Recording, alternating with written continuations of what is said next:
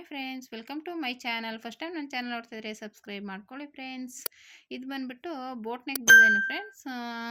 Already ನಾನು stitch ಮಾಡ್ತಾ ಇದ್ದೀನಿ ನೋಡಿ. ಈ ರೀತಿ ಸುತ್ತ ಅದು ಇನ್ನೌಟ್ ಮಾಡ್ಕೋಬೇಕು.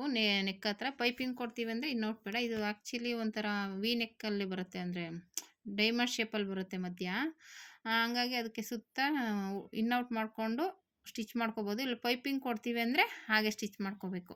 ಅದು ಎರಡು ಥರನೂ ಇರುತ್ತೆ. ಇಲ್ಲ ಇನ್ನೌಟ್ ಮಾಡ್ಕೊಂಡು ಪೈಪಿಂಗ್ ಕೊಡ್ಬೋದು. ಪೈಪಿಂಗಲ್ಲಿ ವೆರೈಟಿಗಳಿದ್ದಾವೆ. ಅದರಲ್ಲಿ ನಿಮ್ಗೆ ಯಾವುದು ಈಸಿ ಆಗುತ್ತೆ ಅದು ಮಾಡ್ಬೋದು. ಇದು ಕ್ರಾಸ್ ಆಗಿರೋದ್ರಿಂದ ತಿರುಗಿಸಿ ಪೈಪಿಂಗ್ ಕೊಡೋಕೊಬ್ಬರು ಕಷ್ಟಪಡ್ತಾರೆ. ಅದ್ರ ಬದಲು ನೀವೇನು ಮಾಡಿ, ಇದು ಫಸ್ಟ್ ಇನ್ನೌಟ್ ಮಾಡ್ಕೊಂಬಿಟ್ಟು ಪೈಪಿಂಗ್ ಕೊಡಿ. ಅದು ಇನ್ನೂ ತುಂಬ ಈಸಿಯಾಗಿ ಮಾಡ್ಕೋಬೋದು. ಅದು ಅಲ್ಲದೆ ಅದು ಥ್ರೆಡ್ ಪೈಪಿಂಗ್ ಥರ ಬರುತ್ತೆ, ತುಂಬ ಚಿಕ್ಕದಾಗಿ ನೀಟಾಗಿ ಬರುತ್ತೆ. ಅದು ಈ ಥರ ಕ್ರಾಸಾಗಿದ್ದಾಗಲೆಲ್ಲ ಆ ಥರದ್ದು ಪೈಪಿಂಗ್ನ ನೀವು ಮಾಡಿದ್ರೆ ತುಂಬ ಚೆನ್ನಾಗಿ ಬರುತ್ತೆ.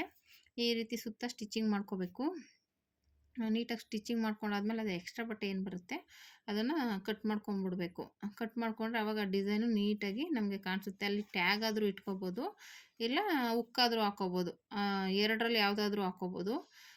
ಇವಾಗ ಕಸ್ಟಮರ್ ಯಾವ್ದು ಕೇಳ್ತಾರೆ ಕೇಳಿಕೊಂಡು ಟ್ಯಾಗ್ ಬೇಕು ಅಂದರೆ ಟ್ಯಾಗ್, ಒಬ್ಬರು ಟ್ಯಾಗ್ ಬೇಡ ನಮ್ಗೆ ಹುಕ್ಸ್ ಹಾಕ್ಕೊಡಿ, ಟ್ಯಾಗ್ ಬೇಡ ಅಂತ ಹೇಳ್ತಾರೆ. ಹಂಗಾಗಿ ನೋಡಿ ನಿಮ್ಗೆ ನಮ್ಮ ಕಸ್ಟಮರ್ ಯಾವ್ದು ಇಷ್ಟಪಡ್ತಾರೆ ಅದು ನೋಡಿ ಅದು ಹಾಕ್ಕೊಡಿ. ನೋಡಿ ಈ ಥರ ಬಂತು design.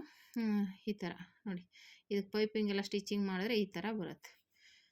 Thank you for watching friends.